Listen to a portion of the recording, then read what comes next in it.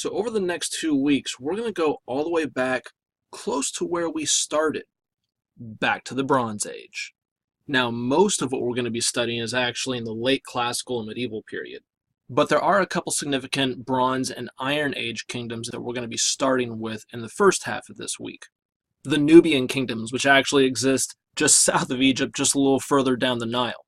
But I'm getting ahead of myself. Let's go ahead and just look at an overview of what this section is going to look like. Now, like Asia, Africa is often divided into geographical regions. Pretty basic. North Africa, West Africa, Central Africa, East Africa, Southern Africa, and of course, Madagascar. Now, when we're thinking about the north, you should be thinking about Egypt and Nubia, in the modern day called the Sudan, the area of Libya, and the Maghreb, this strip of fertile land in the western northern coast of Africa. And the Sahara Desert is usually also counted as part of North Africa. It's not totally clear on this map, but in the west, it's the land of many different rivers, the Niger River being the largest, which makes for a really fertile land, particularly around this area we call the Bight of Benin. To this day, West Africa is one of the most densely populated parts of the continent.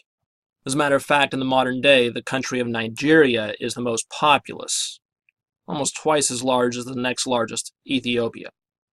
So as we move forward, just keep in mind that West Africa and the Ethiopian highlands are two of the most densely populated areas of Africa.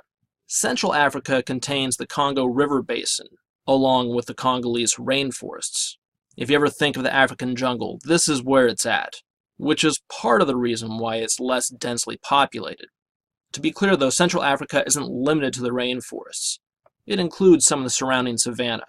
And you should know that savanna is just grass and brushland with occasional trees, very similar to the Eurasian steppe and to the North American Great Plains. For East Africa, we're going to go ahead and take a look at a different style map. East Africa includes the Ethiopian highlands and the Horn of Africa, also known as Somalia, as well as something called the Swahili Coast. East Africa is separated from Central Africa by what we call the Great Lakes region, the largest of those lakes being Lake Victoria.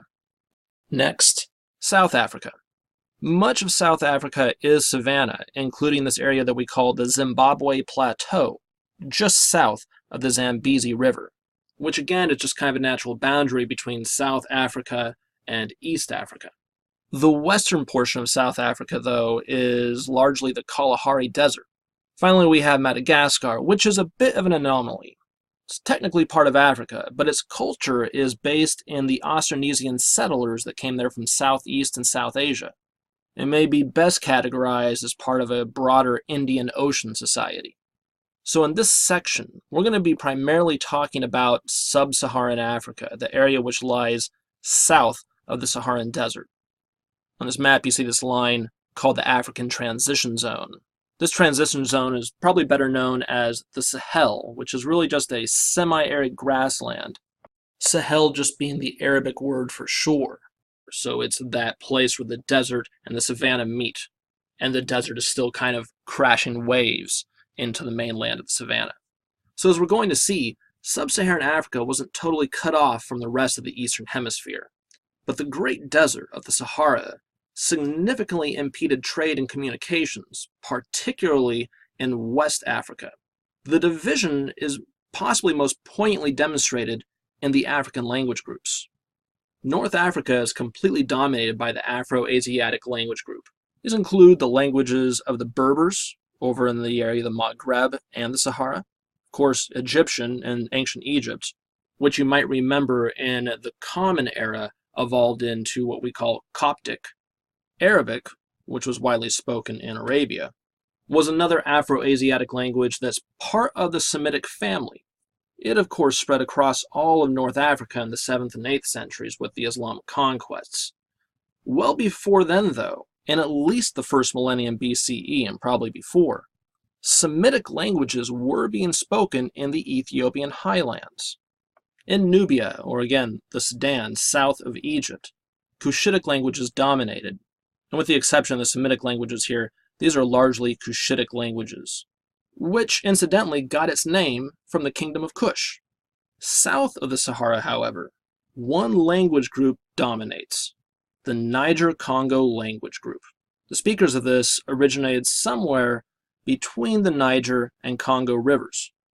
As you can see in Sub-Saharan West Africa, where population density was and is quite high, several language subfamilies flourished, though it's one subfamily of the Niger-Congo language group, which really spread over the rest of the continent.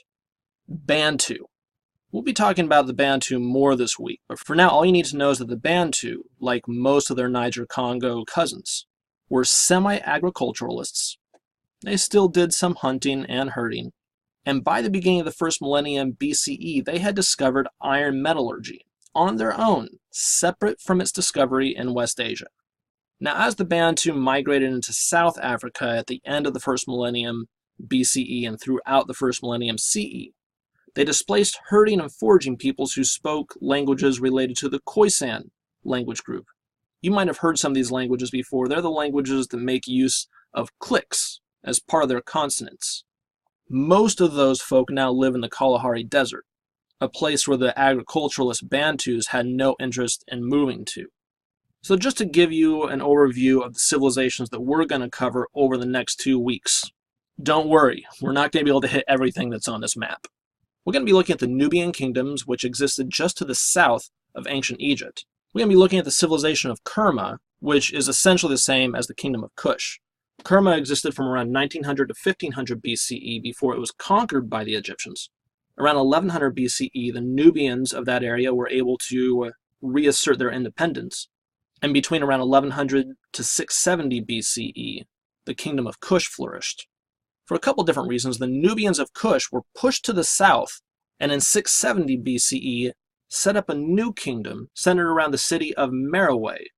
In this map, it's called the Nubian Kingdom. In your readings, it's going to be called the Kingdom of Merowe. And this kingdom lasted from around 670 BCE to around 350 CE. Going down a little further to the south, where we're now technically in the area of East Africa, we're going to be looking at the Kingdom of Axum, which can be spelled a couple of different ways, as you can see here. Axum flourished from around 100 to around 700 CE. The heir to Axum was Ethiopia, which wasn't really established till around 1150 CE, but has been a continually functioning state all the way up to the present. Both of these kingdoms, Axum and Ethiopia, should be noted, are Christian kingdoms, while the rest of Somalia, the rest of the Horn of Africa, will largely be converted to Islam in the 7th and 8th centuries. In the second half of this week, we're going to be covering the Swahili city-states of the East African coast. These were at their high point between the 10th and 16th centuries CE.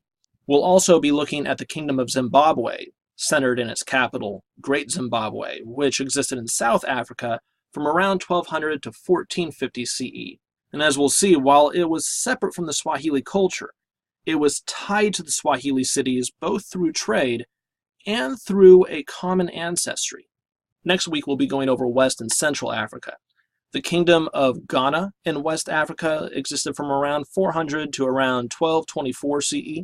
The larger Empire of Mali technically existed from 1235 up until the 17th century CE, though it was really over by the year 1500, and it was very much the heir to the Kingdom of Ghana. The Kingdom of Congo in Central Africa existed all the way around 1400 up to 1914 CE. Now we're going to be watching a few videos this week. Like all other documentaries, make sure that you're listening to them and viewing them with a critical mind. Remember that documentaries always have a point of view, and so there's a lot of great facts that are being discussed in them, but don't take their analyses as objective truth.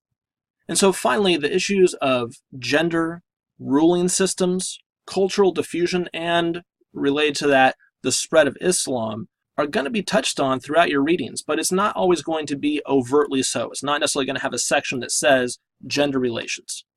So as with everything else, make sure you're looking closely at everything for any bits of information that may tie into the final. Don't forget, it's going to be a quarter of your grade.